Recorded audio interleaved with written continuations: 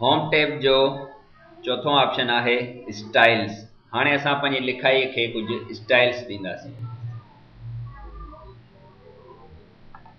जीअं हिते तव्हां ॾिसी रहिया आहियो त नॉर्मल लिखाई सिंपल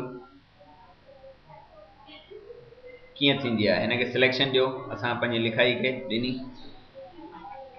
पोइ नॉर्मल ते रखियोसीं त ही नॉर्मल नंढी एबीसी में लिखाई 11 फॉन्ट साइज ते अची वई। उन खां अलावा असां हिते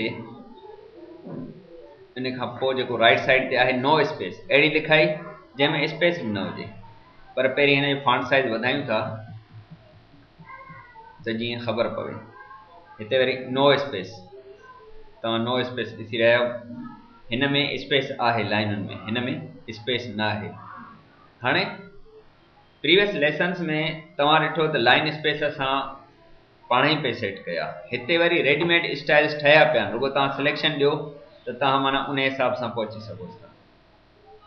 ही ॿ ऑप्शन तव्हां ॾिठा, हिकिड़ो नॉर्मल जंहिंमें स्पेस हूंदो आहे लाइनुनि में, हिकिड़ो नो स्पेस वारो जंहिंमें स्पेस न हूंदा आहिनि।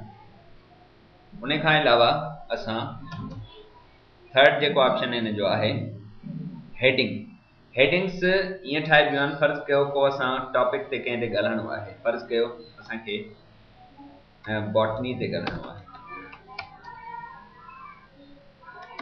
Botany is the branch of biology which deals with plants। हाणे ही जेको बॉटनी आहे इहो असांजो हेडिंग 1 में हुअणु घुरिजे। हीअ हिकिड़ी हेडिंग थी, ही उन जे बारे में वरी डेफिनेशन थी। ही तव्हां ॾिसी रहिया आहियो त हेडिंग खे असां जेको बॉटनी लिखियल आहे उनखे हेडिंग 1 में रखियो। असां हेडिंग 2 में बि रखे सघूं था, उहा वारी नंढी हूंदी आहे। जीअं जीअं हेडिंग 1 खां 2 ते वेंदी उन जी साइज़ घटिजंदी वेंदी, 3 ते उन खां घटि थींदी। पोइ अहिड़े हिसाब सां असांजूं हेडिंग्स ठहंदियूं आहिनि। अहिड़े हिसाब सां ही हेडिंग 2 आहे। इन में अंदरि ॿिया बि ऑप्शन आहिनि। हेडिंग 3 बि आहे, उहा अञा नंढी थींदी। हेडिंग 4 उन खां नंढी थींदी। हेडिंग 5 उन खां नंढी थींदी। ही वरी हेडिंग 6 आहे। ही रेडीमेड हेडिंग्स ॿिया बि स्टाइल माना ठहियल आहे। इन्हनि खे असां हिननि मिसालनि में अची सम्झूं था। थोरो हिननि जो फॉन्ट साइज वधायूंसि था। हिन ते क्लिक कंदासीं, सभई शयूं साम्हूं अची वेंदियूं असांजे। पोइ जंहिं जंहिं ते असांखे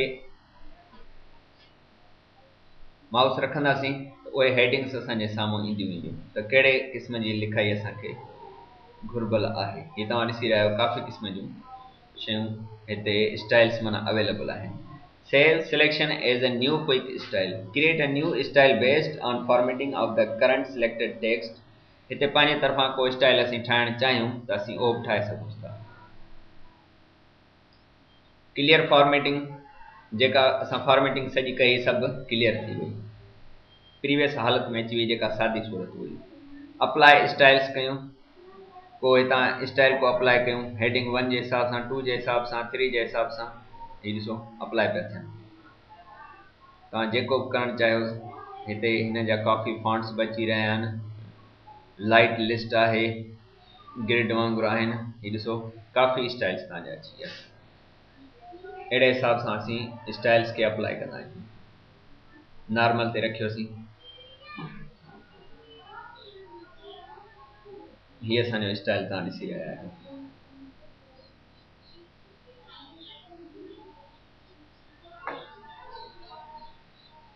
अहिड़े हिसाब सां ही असांजो स्टाइल जो ऑप्शन आहे, जंहिंजे थ्रू असां पंहिंजी लिखाई खे तमामु घणो ख़ूबसूरत ऐं अट्रैक्टिव बणाईंदा आहियूं।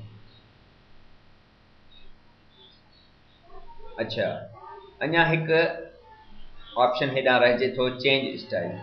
त हिन में बि काफ़ी शयूं आहिनि जेके असां पंहिंजे हिन डॉक्यूमेंट खे सेट करे सघूं था। ही डिफॉल्ट आहे, हिन में डिस्टिंक्टिव आहे, एलिगेंट आहे, फैंसी आहे। काफ़ी तव्हां स्टाइल्स लिखाई जा तव्हां ॾिसी रहिया आहियो। 2003 जे हिसाब सां, 2007 जे हिसाब सां, ही सभु शयूं तव्हां ॾिसी रहिया आहियो। हिन में कलर्स जी स्कीम आहे त कहिड़ा कहिड़ा कलर्स असांजे हिन बैकग्राउंड में जेके बि शेडेड आहिनि भई कहिड़ा कहिड़ा हुअणु घुरिजनि तव्हां ॾिसी रहिया आहियो चेंजिंग थिए पई जंहिं ते बि रखे क्लिक कंदव त उहा चेंजिंग असांजी थी वेंदी फॉन्ट्स आहिनि कहिड़ो फॉन्ट रखिणो आहे ये मुख़्तलिफ़ क़िस्म जा फॉन्ट्स तव्हां ॾिसी रहिया आहियो सेट एज डिफॉल्ट जंहिंखे बि करे छॾींदासीं उहो सेट थी वेंदो हमेशह जे लाइ पोइ जेॾी महिल बि असां खोलींदासीं पंहिंजो MS वर्ड त उहो स्टाइल असांजो सेट लॻो पियो हूंदो इहो असांजो स्टाइल जो ऑप्शन